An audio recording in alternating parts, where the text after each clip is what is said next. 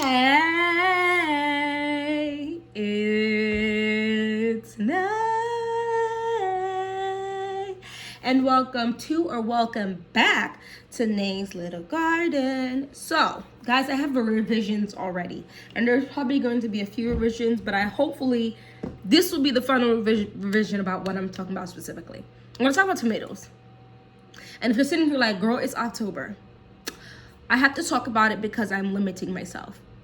Okay, so grab your little drinky drink and a little snacky snack, and we're gonna hop, skip, jump right into it. So, last year, or not last year, this past spring summer grow season, I grew a little over 30 tomatoes and a little over 35 pepper plants. Okay, not pepper varieties and tomato varieties. I had more plants than that. And I'm here to say that is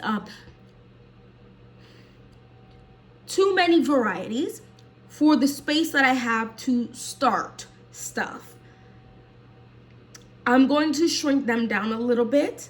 I was saying 15 tomato varieties and 15 pepper varieties. This is going to give me more ability to grow more of the same variety. So not less plants, less choices within those, because some of them didn't do what they needed to do, and I understand I'm kicking some out after only one season, but it's real strict over here. So I'm here to revise that. I'm gonna say 20. I think cutting down to a little less than half of what I was growing in varieties is a little too strict. So we're gonna go with 20, and we're gonna go with 20 because I mentioned this in the past one. I want to give my husband a space to get a couple of spicy varieties he would like to grow, as well as leave a space for 2 or 3 new pepper varieties. And I especially feel that way also about tomatoes. And my gardener has already pre-warned us that there is some new varieties that he's releasing, and I just want to leave space for that because it's only October. The new varieties have not even dropped yet. It's next month. So I have, so keeping that number 20 in mind, I have 9 definitive, as in I will definitely be growing these tomatoes in 2026, and then I have 3 potentials, okay, that I'm probably gonna grow, right? That puts it at about 12, and then I have 3 that I have already added to cart from Rare Seeds, okay? And those are most definitely gonna be purchased, and I'm 95% certain I'm gonna grow those. So that puts us at 15 already. So that leaves me at anywhere from 5 to 8 spaces left to grow other tomatoes, excuse me. And I just feel like that might be a good amount, because I definitely have tomatoes that I don't have on here that I didn't even get to grow this year that I definitely want to grow. And I'm trying to decide if I'm going to consider my green stalks in this number, because I feel like it's not fair to, I feel like the green stalks could be their own garden because they are going to be moving to the side of my house. So I feel like my primary garden should have their own number, and then my side garden should have its own other number. Yeah. All right, so let's get into the varieties. So I have pictures for the stuff that I've already grown, right? Because I have the seed packets for the new ones. So let's do the possibles first, actually, before we do, no, stick with what I said. We're gonna do the definitives. The first one is going to be the orange ox heart. These are insane. These are insane. I get the concept of a large tomato. I truly do. Or at least I thought I did until I grew these. These are madness. They're massive. This picture is not doing it justice. I need a man's hand to be in this picture holding this tomato so we could all be like, it's huge. And I'm not saying that to be like, oh yeah, you know, a few of them were really big or whatever. No, uniformly huge. Like across the board, they were all basically almost 1 pound. 16 to 32 ounces on average. They're not playing with you. These are, I feel like it might even been more than 1 pound. These were huge, and they taste good, and they grew a good amount of them, which also blew my mind because I keep hearing people say things like, you know, the bigger tomato varieties, which we'll get to in a second, oftentimes don't make as many tomatoes. And that is true. This is just an outlier because I had so many tomatoes at any given one time on this plant. And then another plant came up from the other side growing more of these. And I was like, I have so many in the 1 gallon freezer bags that I have frozen. So yeah. The next one is gonna be the bread and salt tomato. I'm wondering if one of the tomatoes I was telling you was something else, if it was this as well, because I think it might have been 2 separate plants that look kind of similar. Because they are saying that this has almost, I was watching to someone talk about this. Oh no, it also does say ox heart type. I did have some red, like ox heart type ones that I was like, what is this? This is insane. From my 8x4 foot raised beds that have the arch trellis on it. And I think it was this. They weren't as big as the other one, but these were still a pretty decent size. And I wouldn't say they're as uniform because some were smaller, some were bigger, but they yielded pretty dang well. And these are red tomatoes, like red tomatoes. I just ate one of them downstairs and I sliced it up. I thought I had mozzarella. I had apparently left the mozzarella in my fridge too long, which upsets me because I don't like things going to waste, but I'm also not going to eat molded food, so I ended up tossing it. But my goal was for my snack because I didn't have lunch, so my late lunch was going to be tomatoes, some flaky sea salt, some pepper, and mozzarella, and it just ended up without the mozzarella. It was delicious still. This is good. Is the flavor something that's gonna blow your mind? No. I do have some I'm about to talk to you about that I was like, the flavor is crazy. But it's a very standard tasting tomato. Like, it's one of those tomatoes that it definitely has gel, but it has a good amount of meat, so I could use it for saucing. I can use it for fresh eating, as I just proved to you, and I've frozen some of these, so you can definitely freeze them and have no issues. I also didn't feel like the splitting was a massive issue. Now, one of the main reasons I didn't say that the tomatoes, I thought, like I was calling the other tomato something else, was because people were saying that the shoulders of this is like always green and tough. I find that was not the case for mine. Now, they do have some coloring on the shoulders, but they're not tough. And the coloring is not anything like super intense either. So I think I'm gonna grow these. I think there's something to be said about atypical successes. Does that make sense? Like, you'll have some like, oh, that are conversation starters. We'll talk about those as well. And then you have these that you know are gonna do what they're supposed to do. The next one is a conversation starter. I had a neighbor ask me, what was that tomato you gave me? And I'm like, which one? He's like, it was like red. It's the Consaluto Genovese.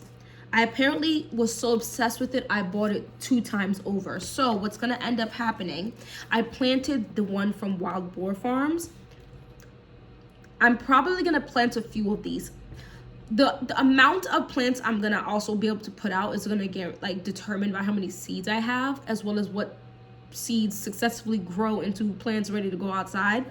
I don't think I'm gonna have any issues with the Consaluto Genovese. Now, I would not per se use this on a regular for sauce tomatoes because the ribs, some of those ribs are deep and like you'll cut into and there's like webbing, and I have no problems washing it off, but I can see how that might cause a problem for saucing and stuff like that. And how would I and then like the cleaning process would be a little like stressful for the whole process of getting it ready to freeze.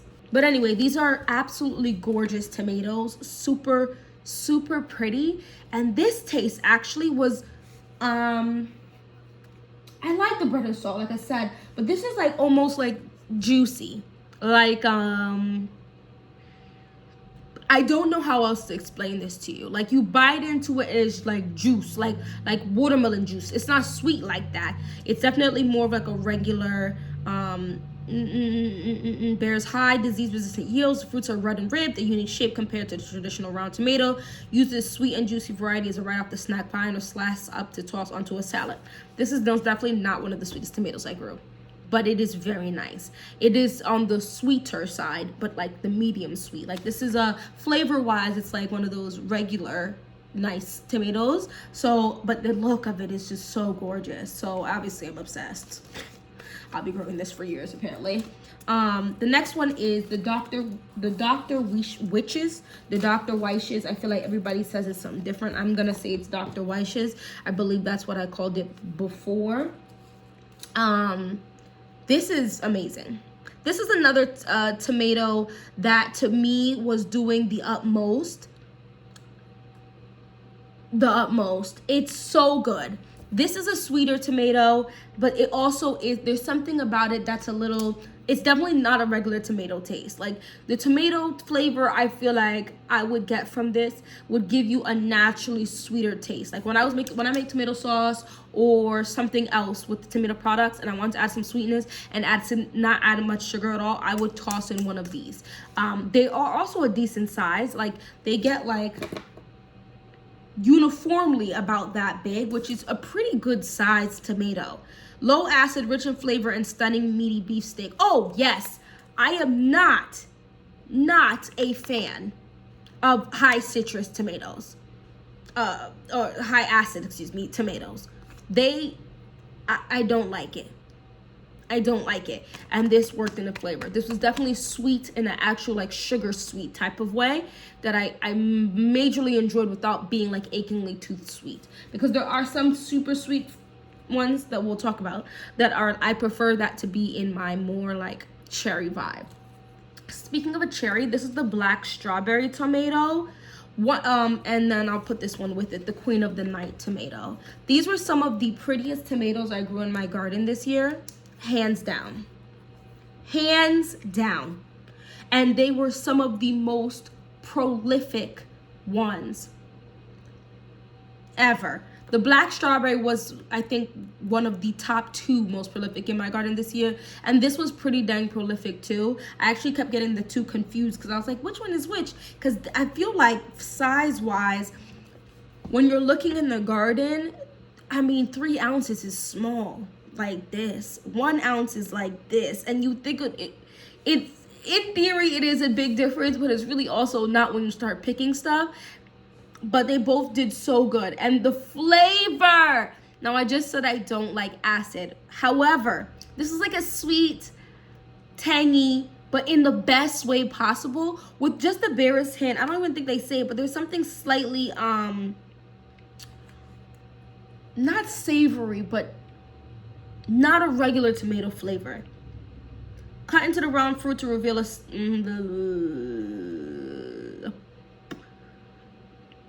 richly flavored. What the heck does that mean? Perfect sweet and tart balanced flavor, extremely productive early. Yeah, this strawberry tomato plant is still producing in my polytunnel after my first frost. I mean, it's under my polytunnel, but it is true, guys. You can extend your growing season by just getting you a cattle panel and some like guarded plastic thing, like for actual like whatever, and it will extend it. I'm still at those same 2 plants. I'm from the early in the summer. I'm still plucking off of them, which is actually insane. So I love these for the coloring. I'm definitely one of those people that need the different colors of the rainbow. I don't actually have a pink tomato, which I need to keep my options open. The next one is the Paul Robeson.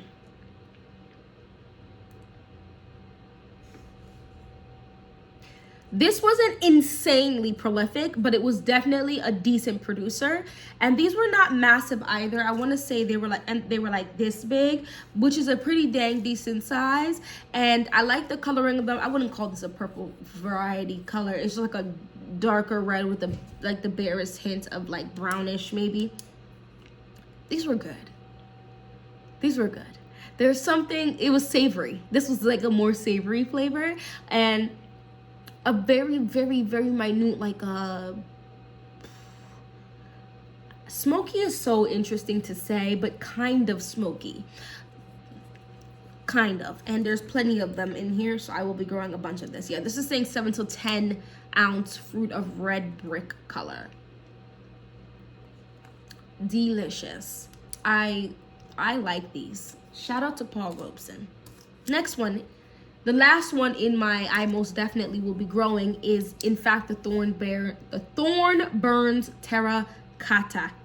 Thorburns, not, there's no N until the end. Thorburns Terracotta. Hey yo, this, so it says orange pink flesh. It's definitely more orangey, but like a deep orange. It's not, I wouldn't consider. Honey brown. Yeah. This is a good one too. I felt like I was getting the Thornburn Terracotta mixed up with the Paul Robeson, which is why I got like, is it really smoky type of flavor confused out of it. They both have a little bit more of a savory taste, but I feel like, I think this one had a bit more sweetness to it. Regardless, this was actually quite prolific. I planted this with another tomato plant that did horrible in the same grow bag. And she did her big one. She did her big one. So that will definitely be growing those 9 for sure. These next 3 are like 90 to 95% certain I'll grow. The Subarctic Plenty, I don't think these got the opportunity to do what they needed to do. I think towards the end of the season I got them because they got shaded out. This is a determinate variety that I want to grow more determinants. I want to leave space, of course, for the indeterminates. I have plenty, but I want to grow a few determinants, and this is one of them, and it's only 50 to 60 days. So this will be one of the earlier ones I would harvest. And at 3 to 4 ounces, it's like a large cherry. Like it's like a, you know, one of the best for cool conditions, the world's fastest growing heirloom. I'm not even sure how many, like 4. I'm not even sure how many are in here, guys. And this is what I mean when I say it also depends how many seeds I have. Oh, I have plenty. There's like 40 seeds in here. Insane. I have plenty. No worries, no worries. This might be the one, I told you guys I'm going to possibly have an experimentation. I am buying a tent and stuff like that. So this might be one that I'll put some in my yard, but I might grow one in this tent that I'm about to buy because it's a determinate tomato, you know, very compact plant. So it might work to grow indoors. And I might start early, like early just growing this and just see how it does and see if I can pick tomatoes and have tomatoes to pick in like April. I don't know. We'll see. We'll see when I start that whole situation. But yeah, so there's that. Ooh, keep them separate. Another possible is the sun sugar. Wait. See, I just upset myself. Guys, I missed one that's a definite, which is my hybrid sun gold. Wait. If I don't have any hybrid sun gold, I have to buy it this week. Because between the hybrid sun gold and the sun sugar, those are some of my favorite cherry tomatoes. I thought that number seemed off. Hold on.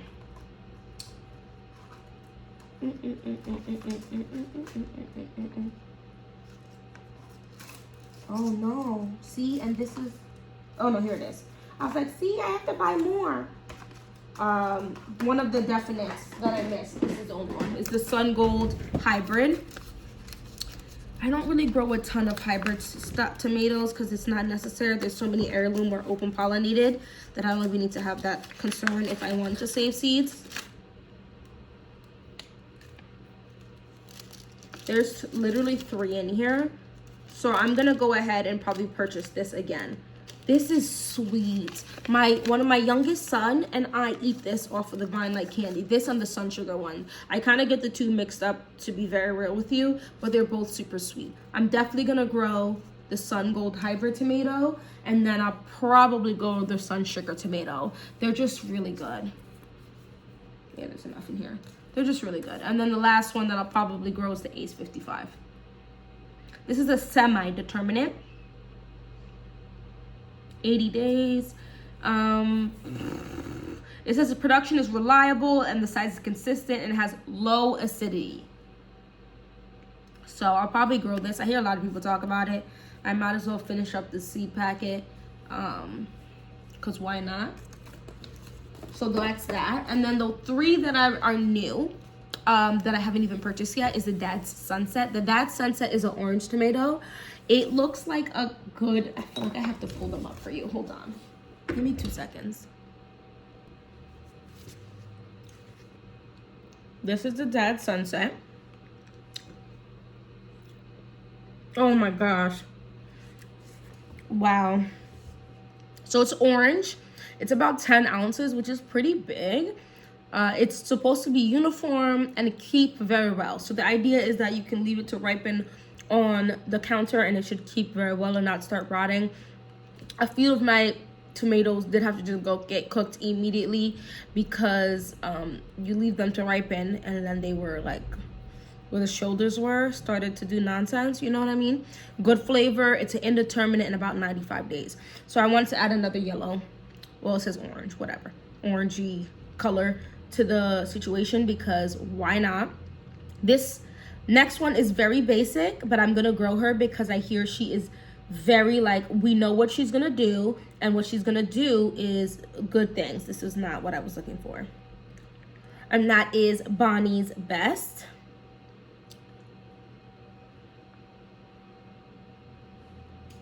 Which is this very basic looking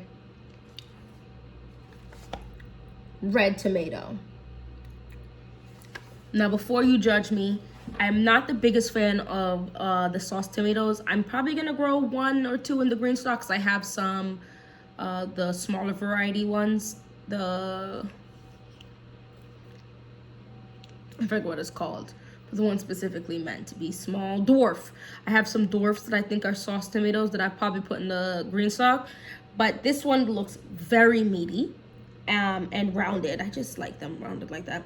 But this is a 75 days. An indeterminate, medium, meaty tomato. And it's loaded with flavor. And even if it's like the tomato I ate downstairs, like which is I think the bread and salt one, that's still good for sauce because you're gonna add other stuff, right? Garlic, onion, pepper, you know, to it. You're gonna add a little razzle dazzle, so it doesn't have to be insane. It just has to not taste bad. A good producer that makes a fine slicer too, becoming hard to find due to modern flavorless hybrids. I'm not playing with this, so I will definitely be ordering one very soon, and it's a minimum of 25 seed count. So even if I decide to start 6, I'm still gonna have enough for like the next 2 years after that.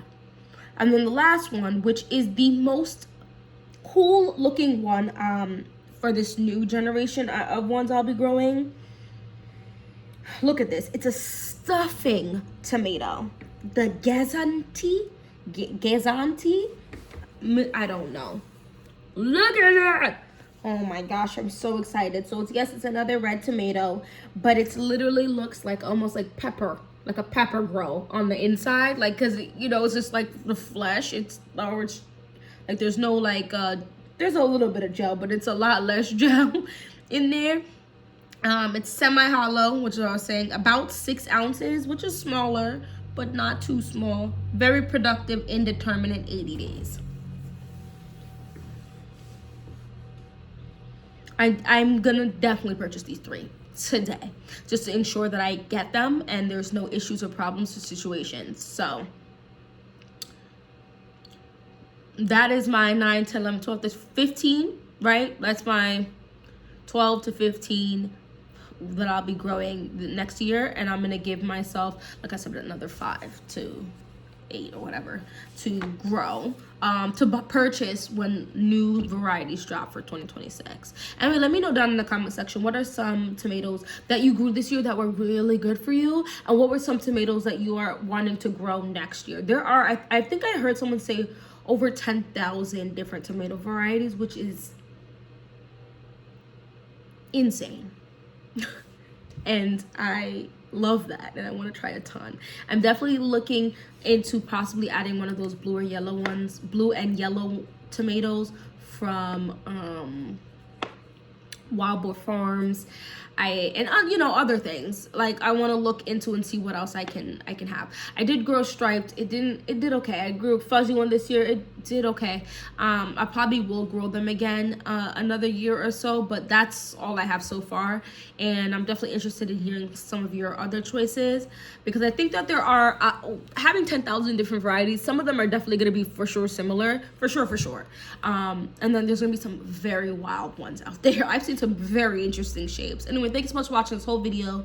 Please don't forget to hit that like button, subscribe, yeah, join the fam, and hopefully I'll see you in my next one. Bye bye.